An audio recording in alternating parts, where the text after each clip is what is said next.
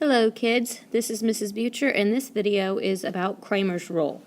This is your last video on matrices, so yay, but don't cheer too loudly. Alright, we're going to learn all about Cramer's rule now. Alright, I'm going to start with showing you where Cramer's rule comes from. So here we've got a system of equations, ax plus by equals c and dx plus ey equals f. And I'm going to set this up as a matrix equation. Alright, so we've got a, b, d, e to the negative 1 power, our inverse of matrix A times the answers c and f will give us our x and y. Alright, now let's break this down a little further. Let's figure out what this inverse is.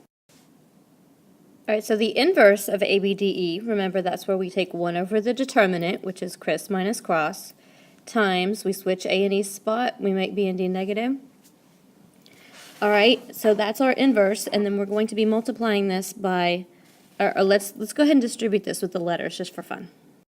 Alright, so it's starting to get ugly, but when I divide each of these guys over here by these, this is what we're going to end up with, each of them over AE minus BD. And then I need to take that and I need to multiply it by CF. So let's do that. So we'll multiply. And when we go across and down, we've got this times this plus this times this goes here with a little plus in between. And then we've got this times this plus this times this, and I write it down here. And when I do that addition, because we have common denominators, we come up with, and so we have CE minus BF all over AE minus BD. And we have negative CD plus AF, which I wrote as AF minus CD, all over AE minus BD. And remember that we were solving for x and y, so that is our x and that is our y. Isn't that great?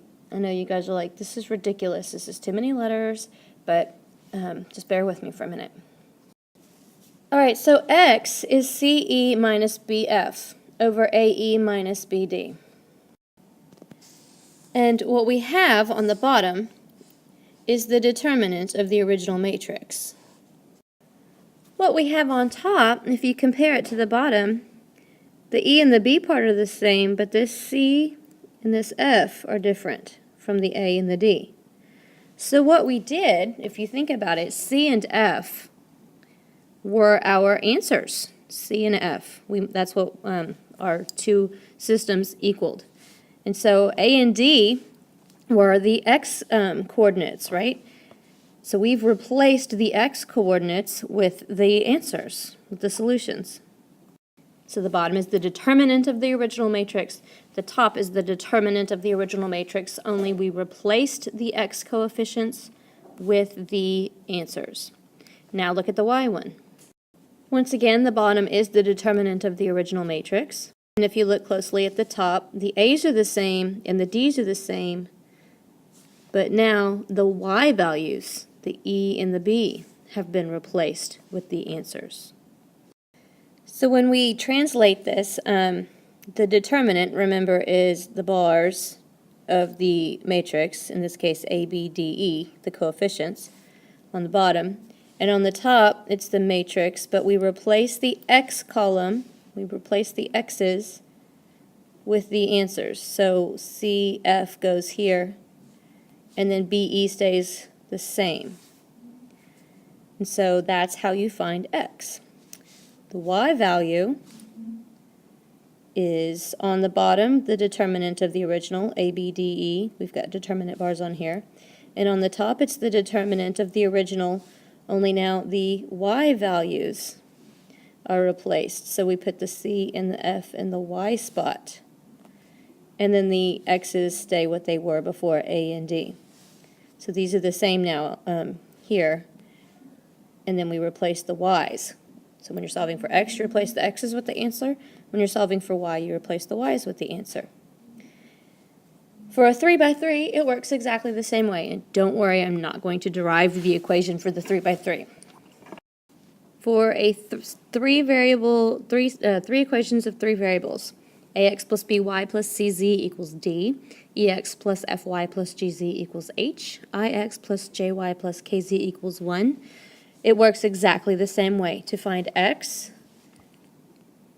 we will take on the bottom of our fraction the determinant of the original. So we'll have a, e, and I for our x coefficients. We'll have b, f, and j for our y coefficients, and c, g, and k for our z coefficients. And in the numerator, because we're solving for x, we replace the x column with the answers d, h, and l. The other two columns stay what they were, b, f, and j for the y's, and c, g, k for the z's.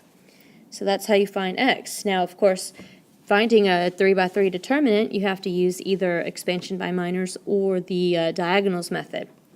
So we'll get to that. Let's show you why.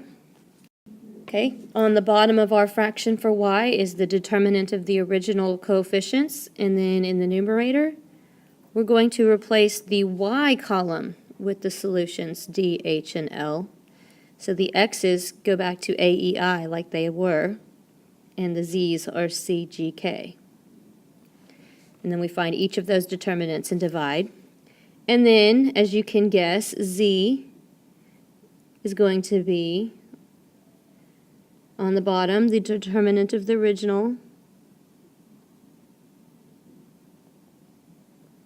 and on the top we're going to replace the z column with the solutions, and the x's will stay a, e, I, and the y's will stay b, f, j. Sorry about the handwriting here. So that's all Cramer's rule is. You're going to find the determinant with the coefficients that you want to find replaced with the solutions on top, and the regular determinant on the bottom. So let's do one example of this 3x3. Okay, so here's a system of equations, 3 variables. We're going to set up solving for x, and I'm going to do the denominator first.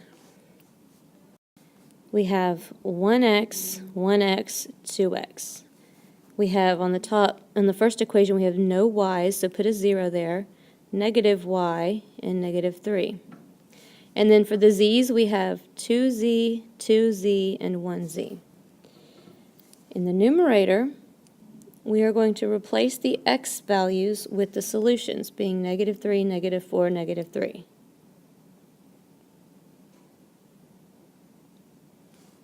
And then the other two are the y's, 0, negative 1, negative 3, and the z's, 2, 2, 1. All right, now for this problem, as long as you set up the x like this, I'll let you find these determinants in the calculator. And in your calculator, if you didn't know this already, you can hit second matrix, go to the math across the top, and the first option you have is DET. That's determinant. So you can do a determinant in your calculator too. So you'll just pick that, and then you'll do alpha zoom and put the matrix in. So the determinant of our numerator is 3. The determinant of our denominator, 3. And 3 over 3 is 1. So x equals 1. All right, let's find y. All right, I'm being kind of lazy here, but I wrote my denominator as 3 because I've already found the determinant of the bottom, the denominator, and I know it's going to be 3. In the numerator, we've got our x's 1, 1, 2. We're going to replace the y column with the solutions, negative 3, negative 4, negative 3. And the z column is 2, 2, 1. So when I find the determinant of the numerator, I also get 3. So here we have y is equal to 3 over 3, which is 1. And then we need to find z. All right, so I've got it set up. The determinant on the top with the z column replaced with the answers, the 3 on the bottom. Find the determinant of the top in the calculator. And this time we get negative 6. So our z is negative 6 in the numerator, 3 is the denominator, that is negative 2. So we've solved for x, y, and z. When you write your answer, remember to write it as an ordered triple if it's not a word problem. So 1, 1, negative 2. And you can use Cramer's rule to solve the word problems or anything else. And I think on the test, I'm just going to require you to set it up on the paper. And in the homework, you can set it up on the paper. And then I'll let you do the determinants in the calculator, as long as you've set it up on the paper originally. All right, so I'm finished. You guys have a good night, and I'll see you tomorrow.